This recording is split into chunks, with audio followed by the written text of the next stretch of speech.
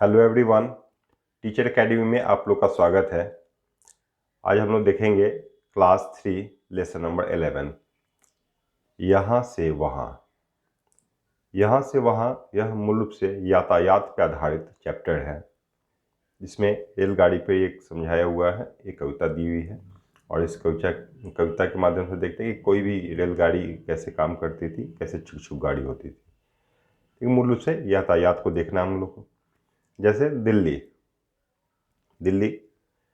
तो दिल्ली में हम लोग देखते हैं कि बड़ी दूर में है। एक पुरानी दिल्ली, एक नई दिल्ली है।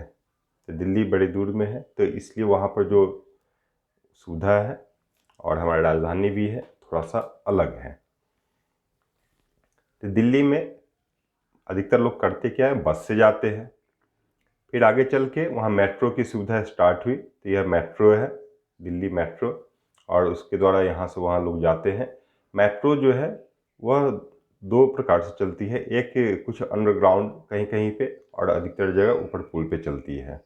तो सुरंग से होती हुई जाती है, और जब सुरंग से होती हुई जाती है तो पता भी नहीं चलता है कि ऊपर क्या है नहीं है। कुछ घर भी हो सकते हैं या कुछ ऊपर मोटर कार भी हो सकते हैं जो चलते हो। तो यह एक मेट्रो के बारे में, अंडरग्राउंड के बारे में दी हुई है कि सुरंग के माध्यम से चलने वाली। अधिकतर लोग वहाँ पर बस की सवारी करते हैं या फिर कार की सवारी करते हैं। लेकिन अगर हमें यातायात के साधन में अगर बहुत दूर से आना हो तो क्या करना होगा? अगर विदेश से आना हो तो हमारे पास दो साधन होते हैं, एक पानी वाली जहाज़ या फिर ऊपर हवाई जहाज़। तो पानी वाले जहाज़ को आने में बहुत ज़्यादा टाइम लगता है और हवाई जहाज़ द्रुत गति से पहुंच जाती है। तो फास्ट होने के कारण हम लोग अधिकतर हवाई जहाज़ का उपयोग करते हैं और पानी वाले जहाज़ से माल ढोने का काम करते हैं। तो अमेरिका से किसी व्यक्ति को अगर इंडिया आना हो तो वह क्या चीज़ से आएगा? अब इतनी दूर तक बस से तो नहीं आ सकता, तो तुरंत आने के लिए उसको फ्लाइट की व्यवस्था करनी होगी। वह अमेरिका से हवाई जहाज़ के माध्यम से आएगा। लेकिन जब थोड़ी दूर पे शादी होती है तो एक डोली होती है, जो कि पिक्चर में दिखलाए हुए हैं। तो हम लोग डोली से भी यहाँ से वहाँ शादी के टाइम में खास तौर पे जाने की कार्य करते हैं। एक दुल्हन को इसे डोली में बैठा के फिर विदा की जाती है, क्योंकि पहले होता था, अब ऐसा प्रचलन में रहा नहीं। अब कहीं कहीं पे रह गया हुआ है देश में, अधिकतर जगह यह समाप्त हो चुका है। दूसरी बात आती है कि जब केरल जैसे राज्य में जाते हैं जहाँ की वर्षा अत्यधिक होती है और पानी ही पानी रहता है, तो केरल जैसे राज्यों में जब पानी लगा हुआ रहेगा तो फिर वहाँ पर यहाँ से वहाँ जाने के लिए बहुत दूर घूम के आपको बस से जाना होगा या फिर टैक्सी पकड़ना होगा, कार की व्यवस्था करनी होगी। नहीं तो उससे शॉर्टकट एक रास्ता पड़ता है जिसको हम लोग नाव के माध्यम से पार कर सकते हैं। तो केरल में जहाँ पानी ज़्यादा लग जाता है तो वहाँ पर हम लोग नाव के माध्यम से यहाँ से वहाँ तक जाने का कार्य करते हैं। बस से भी जाते हैं, लेकिन नाव कहीं कहीं पे बहुत आसान कार्य हो जाता है। अब आती है बात कि जो लोग पहाड़ी प्रदेश में रहते हैं वो लोग कैसे चलते हैं। अगर बड़ी लंबी दूरी है तो बड़ी लंबी दूरी के लिए तो हम लोग बस की सवारी करते हैं, कार की सवारी करते हैं। नहीं तो छोटी दूरी है तो ऊबड़ खाबड़ रास्ता है और यहाँ पर चलना बड़ा कठिन होता है। ख़ासतौर पे जो लोग बुजुर्ग हो जाते हैं या जिन्हें चलने में कठिनाई है तो वो लोग टट्टू का व्यवस्था कर लेते हैं, घोड़े की व्यवस्था कर लेते हैं, उस पर बैठ के आराम से जा सकते हैं।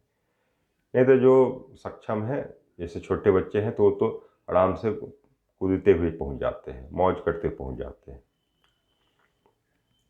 लेकिन जब एक शहर में ही, एक छोटा सा शहर हो और यहाँ से वहाँ जाना हो, गली मोहल्ले की बात हो, तो हम लोग पैदल भी जाते हैं। अगर उससे थोड़ा सा ज़्यादा हो तो साइकिल को व्यवस्था कर सकते हैं, या फिर एक रिक्शा आता है तो उसकी व्यवस्था कर लेते हैं और उसके माध्यम से हम लोग जाते हैं।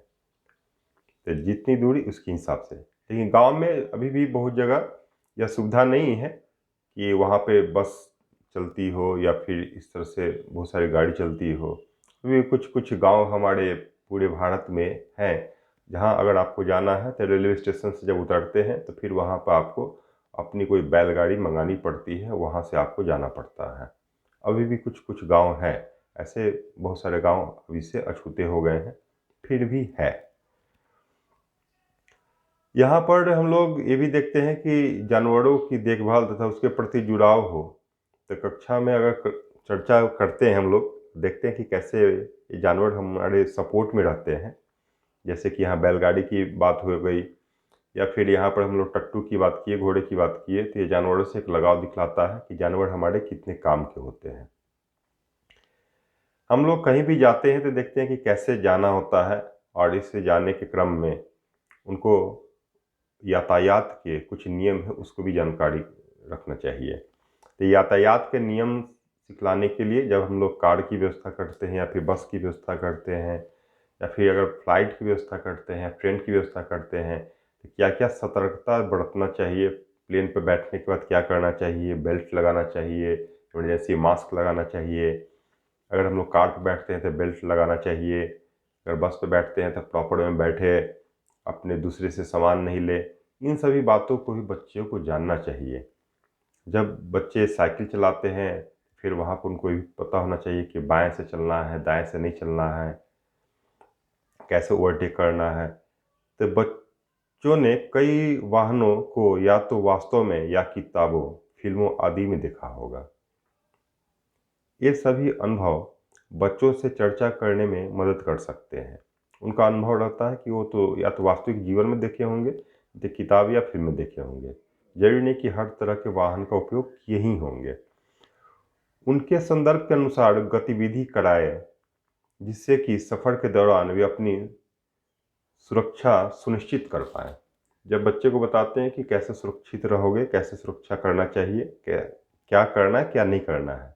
जैसे कि शहरी क्षेत्र के बच्चों को सड़क सुरक्षा व यातायात के नियमों से परिचित कराया जा सकता है, क्योंकि यहाँ पर ज़्यादा इसका नियम पालन होता है। कहाँ ग्रीन लाइट है, रेड लाइट है, ये सभी देखना होता है। तो इन सभी चीज़ों के बारे में हम लोग इसके द्वारा ज्ञान दे सकते हैं।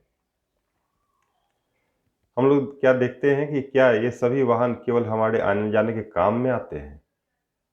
तो एक तो हो गया कि लोग को ट्रेवल करने में मदद करने वाला। दूसरा वाहन ऐसा भी होता है जो लोग इस पे नहीं जाते, लेकिन माल वाहक होते हैं। जैसा कि हमने स्टार्टिंग में बात किया था कि अगर दूर देश से आना हो तो हम लोग दो प्रकार से आ सकते हैं, एक पानी वाले जहाज़ के माध्यम से, एक दूसरा हवाई जहाज़ के माध्यम से। तो कुछ वाहन ऐसे भी होते हैं, जैसे सामने एक पिक्चर है, एक ठेला है, इस पे हम लोग कोई सामान को यहाँ से वहाँ पहुँचाने का कार्य करते हैं। अधिकतर लोग इस पर अपनी दुकान भी लगा लेते हैं। या एक पोस्ट ऑफिस का वैन है, जिसमें हम लोग बहुत सारा पार्सल ये सब या चिट्ठी ये सब इसके द्वारा भेजने का कार्य करते हैं। या तीसरा पिक्चर है जिसमें खास तौर पे जिनको पैर की समस्या है तो हाथ से चलाने वाली एक साइकिल होती है, ट्राइसाइकिल होती है, इसको चलाते हैं।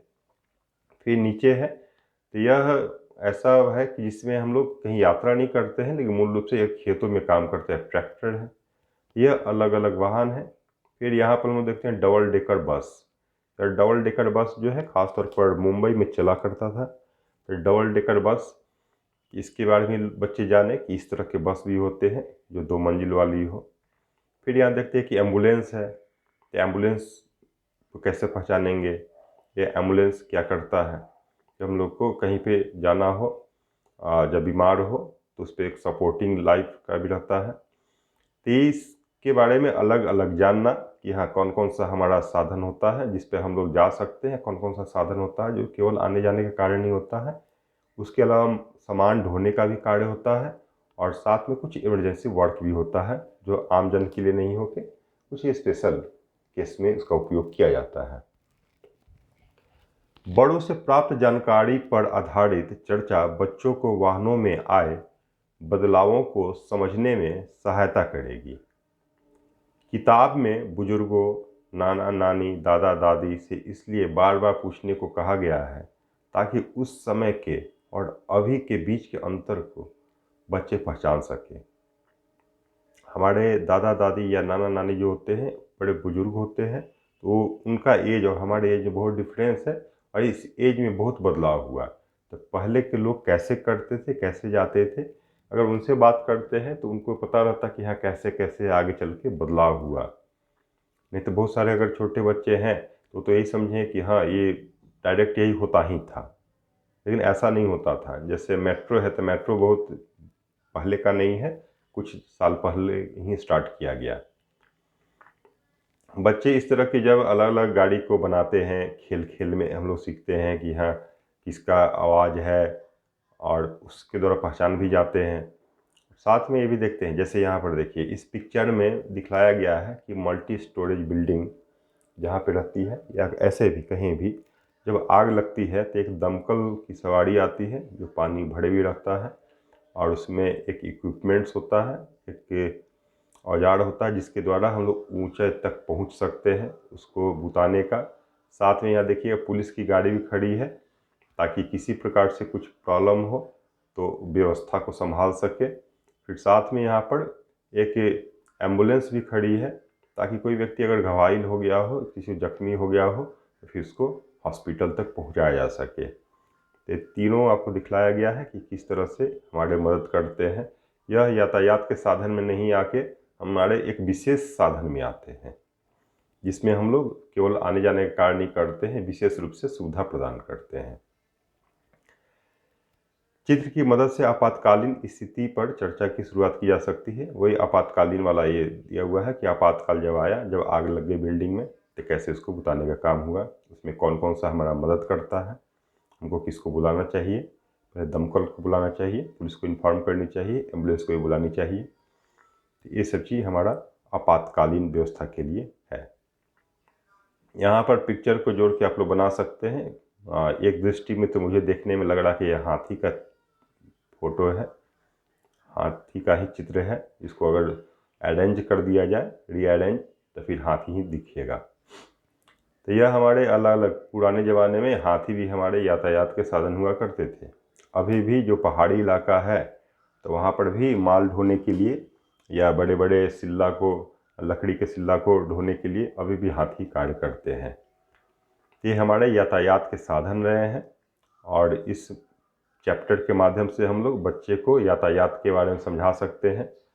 हम सभी को यातायात के बारे में ऐसी भी जानकारी होनी चाहिए, एक शिक्षक होने के नाते भी, और बच्चे में भी यह ज्ञान ट्रांसफ़र करना हमारा कर्तव्य होता है। अगली क्लास में फिर मिलते हैं। जय हिंद।